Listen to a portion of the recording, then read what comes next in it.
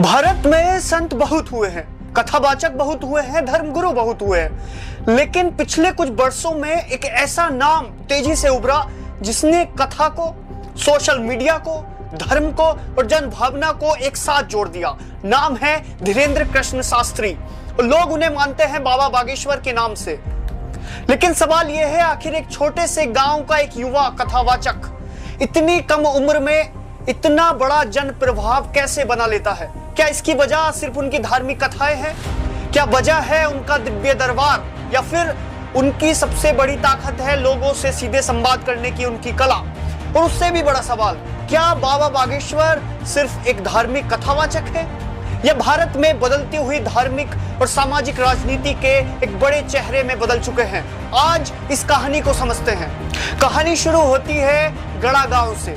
धीरेंद्र कृष्ण शास्त्री का जन्म मध्य प्रदेश के छतरपुर जिले के गड़ा गांव में हुआ। उनका परिवार धार्मिक वातावरण से जुड़ा हुआ था।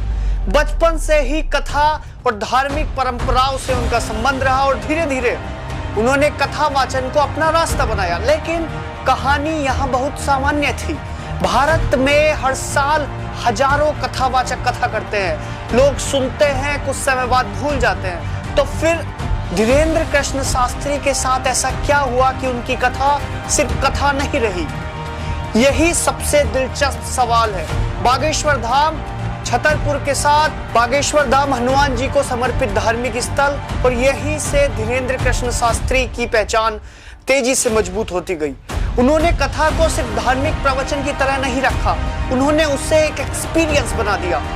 भीड़, मंच, नारे, कथा, भक्ति, भावना और सबसे महत्वपूर्ण, लोगों के साथ सीधा संवाद, यही उनका कम्युनिकेशन स्टाइल की सबसे बड़ी ताकत बनी। और फिर आया दिव्य दरबार। अब बाबा बागेश्वर की लोकप्रियता की बात हो और दिव्य दरबार का जिक्र ना हो, ऐसा हो ही नहीं सकता। दिव्य दरबार वो मंच है जहां लोग अपनी समस्याएं लेकर पहुंचते हैं। बाबा बागेश्वर लोगों से संवाद करते हैं, उनकी समस्याओं पर बात करते हैं और कई बार ऐसे दावे करते हैं कि उन्हें सामने वाले की समस्या या जानकारी पहले से पता होती है। यही चीज उनकी लोकप्रियता का सबसे बड़ा हिस्सा बनी और यहीं से उनके समर्थक उन्हें आध्यात्मिक शक्ति वाला संत मानने लगे। लेकिन यहीं से विवाद भी शुरू हुआ। सवाल उठे, कुछ तर्कवादी संगठनों ने उनके कथित चमत्कारों और दिव्य शक्तियों के दावों पर सवाल उठाए। आलोचकों ने कहा कि ऐसी गतिविधियां अंधविश्वास को बढ़ावा दे सकती है।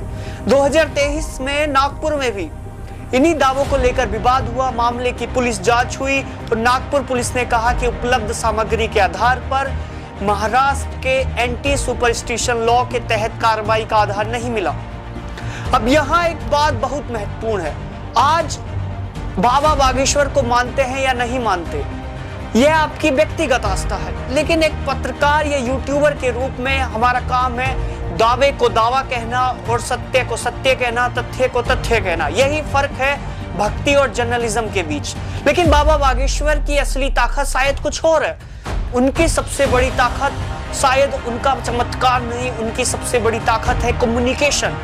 वो जिस तरह से बोलते हैं, जिस तरह आवाज बदलते हैं, जिस तरह अचानक पोज लेते हैं, जिस तरह ऑडियंस से सवाल करते हैं और फिर एक पंच लाइन देते हैं, वो एक ट्रेडिशनल कथावाचक से अलग दिखाई देता है। उनकी भाषा बहुत एकेडमिक नहीं है, बहुत कॉम्प्लिकेटेड नहीं है और सीधी भाषा बोलते हैं। कभी बुंदेली आवाज, कभी हिंदी, कभी हास्य, कभी आक्रामकता और कभी भावुकता। यही वजह है उनकी छोटी छोटी क्लिप भी सोशल मीडिया पर अलग से चल सकती है, क्योंकि उनकी बातें शॉर्ट वीडियो फ्रेंडली हैं और आज के डिजिटल मीडिया में बहुत बड़ी ताकत है। बाबा बागेश्वर सिर्फ कथा और पूजा की बात नहीं करते, उन्होंने सनातन धर्म, हिंदू एकता, राष्ट्रवाद, गोरक्षा और हिंदू राष्ट्र जैसे मुद्दों पर भी सार्वजनिक रूप से मुख्य रूप अपनाया है।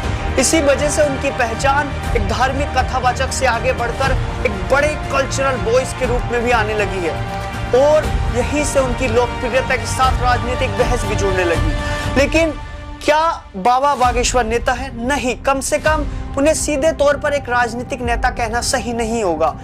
लेकिन राजनीति सिर्फ चुनाव लड़ने से नहीं होती, राजनीति जनभावना से भी बनती है। और अगर कोई व्यक्ति लाखों लोगों को प्रभावित करता है, उनके कल्चरल बिलीफ्स को प्रभावित करता है, उनकी पॉलिटिकल थिंकिंग को प्रभावित कर सकता है, तो उसका सोशल इन्फ्लुएंस अपने आप में पॉलिटिकल इंपोर्टेंस पैदा कर देता है। यही वजह है कि बाबा बागेश्वर को समझना सिर्फ धर्म के नजरिए से पर्याप्त नहीं है, उन्हें मास कम्युनिकेशन के नजरिए से भी समझना होगा। और यही जगह है कि सोशल मीडिया आता है। पहले संतों की लोकप्रियता मुख्य रूप से कथा पंडाल तक सीमित रहती थी। आज एक कथा का 30 सेकंड क्लिप करोड़ों लोगों तक पहुंच सकता है। एक कंट्रोवर्शियल स्टेटमेंट कुछ ही घंटों में वायरल हो सकता है। एक इमोशनल स्पीच एक मीम बन सकता है और एक धार्मिक मैसेज एक मूवमेंट की तरह फैल सकता है। बाबा बागेश्वर की डिजिटल प्रेजेंस और वीडियोस ने उनकी पहुंच को धार्मिक कार्यक्रमों की भौतिक सीमा से काफी आगे बढ़ाया है। लेकिन इतनी लोकप्रियता की कीमत भी होती है। जब आपका प्रभाव बढ़ता है तो सवाल भी बढ़ते हैं। अपने आपके बयान पर सवाल होंगे, आपके कार्यक्रमों पर सवाल होंगे, आपके दावों पर सवाल होंगे, आपके राजनीतिक रुख पर सवाल होंगे और आपके निजी और सार्वजनिक गतिविधियों पर भी सवाल होंगे। 2026 में उनके कुछ बयानों ने विवाद पैदा कर दिया।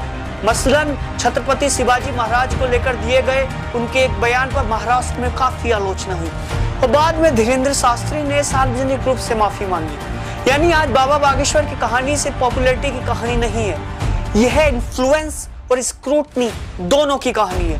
और शायद यही सबसे दिलचस्प हिस्सा है।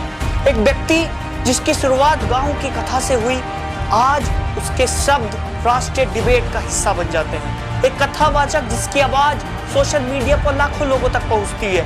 एक धार्मिक चेहरा जिसके स्टेटमेंट्स पर राजनीतिक दल प्रतिक्रिया देते हैं। और यहीं पर सवाल आता है कि हम एक नई तरह के रिलीजियस इन्फ्लुएंसर को देख रहे हैं या भारत में संतों की वही पुरानी परंपरा नए डिजिटल रूप में वापस आई है। मेरी नजर में बाबा बागेश्वर को समझने के लिए 3 चीजें समझनी होगी। पहली, फेथ, लोगों की आस्था। दूसरी, कम्युनिकेशन, जो लोगों से जुड़ने की उनकी क्षमता है।